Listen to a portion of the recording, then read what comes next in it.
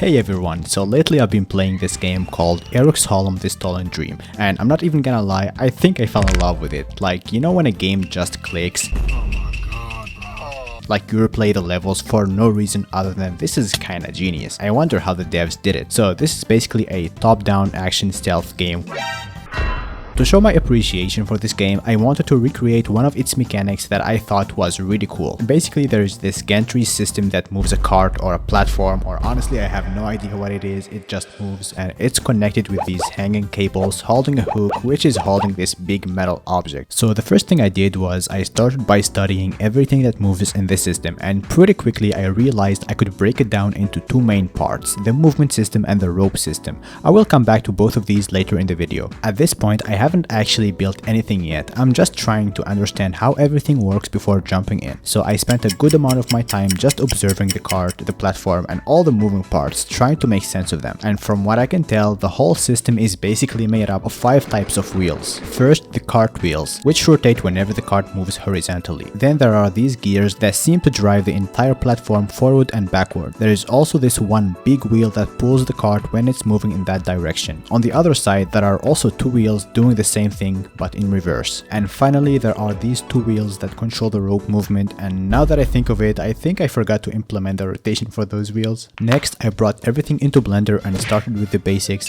modeling the 2 big beams and the rail where the gears are supposed to move. Once that's done, I moved on to the gears, and then the platform where the cart will sit. And from there, it just became a cycle of let me add one more thing over and over again until suddenly it actually started looking like a gantry. After that, I moved on to texturing. Nothing too crazy here, I kept it simple, although I did find this Fire Blender add-on that generates seamless UVs with one click. As for the colors, I kept everything very minimal, since the goal wasn't to make something pretty, it was just to make something that works. And now we get to what is, in my opinion, the most important part of this video, this systems design. Earlier I mentioned that I broke the whole gantry into 2 main parts, the movement system and the rope system, and honestly separating them was probably the only smart decision I made in this project, because my plan was a little ambitious. I wanted to animate all the wheels using procedural animation. If that doesn't make sense yet, don't worry, just trust the process. For now, all you need to know is that to make this work in Unreal Engine, I'm using Control Rig for the animation side of things, and for physics, I'm relying on the cable component and physics constraint component.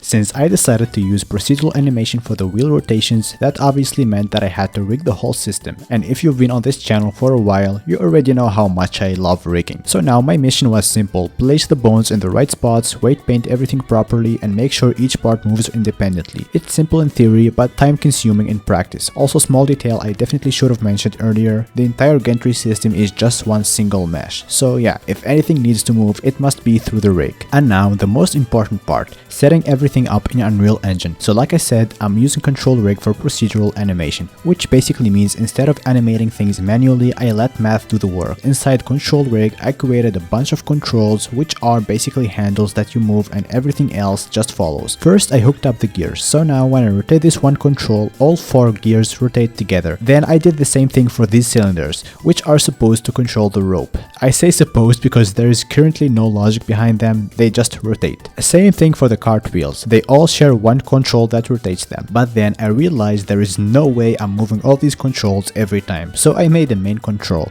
Now when I move it on the X or Y axis, it drives all the other rotation controls automatically. I even added min and max limits so it doesn't just keep going forever. And now that I think about it, I could have used the Z axis to control the rotation of these cylinders as well, which I didn't do. But anyway, that's the Control Rig setup. Now all I have to do is plug this into player input and move the main control. I'm actually driving this control through the animation blueprint. So what I did is create a function inside my Gantry blueprint that returns a vector 2D, basically the position of the control, and then I pass that value into the Control Rig in the animation blueprint, which in practice it works.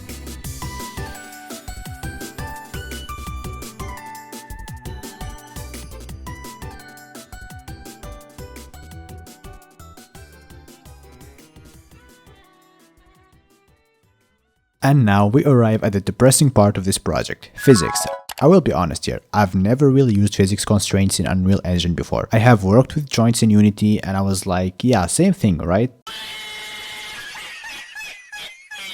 So, long story short, I ended up spending way more time than I would like to admit just trying to make things behave like normal objects in the real world. So first, I finished modeling the second part of the system, basically the thing that hangs from the cable. For the cables themselves, I used Unreal's cable component, then I attached a swinging object to it, and to make it actually swing, I used a physics constraint. The setup was pretty straightforward. The first component is the cable anchor, which is this little white cube, and the second component is this object, which I named Hook 1. It's not a hook though, but I wasn't inspired for names. Then I locked the X and Y motion, and for the Z axis I set it to limited because that's the axis I use to move the cable up and down, and that's exactly what I do in this function. I take the player's input and dynamically adjust that Z limit. So far things are kind of under control. But then I noticed something. If you look closely at the original game, the hook actually rotates on all axes. To achieve that, I added the second physics constraint. This time the first component is this yellow middle piece and the second component is the actual hook, and technically it worked, but now we had a new problem. The hook was colliding with its parent object, which caused this cursed rotation behavior. So to fix that, I disabled collision between the two objects and I cranked up the angular damping to calm things down.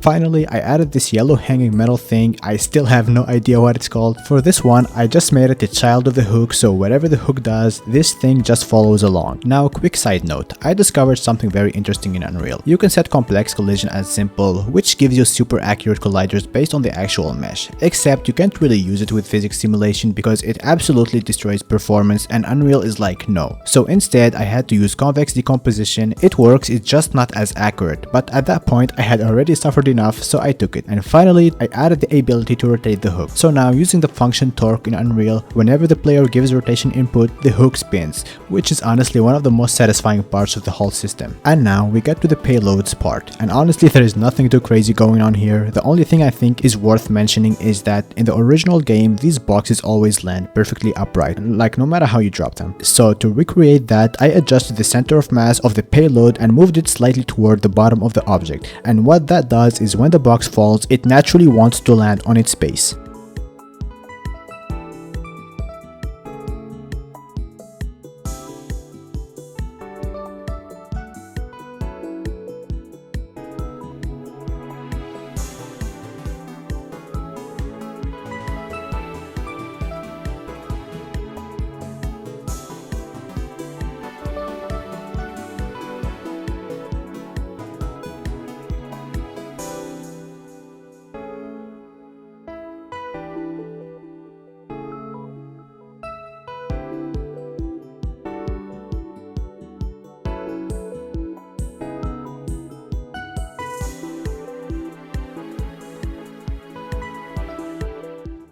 So yeah guys, that was pretty much it for my Gantry system inspired by Eriksholm The Stolen Dream. I think the result isn't too bad, and honestly this whole project just reminded me how worth it is to study mechanics in other games, or at least that's what I've been doing a lot lately. Left, and now it's going right.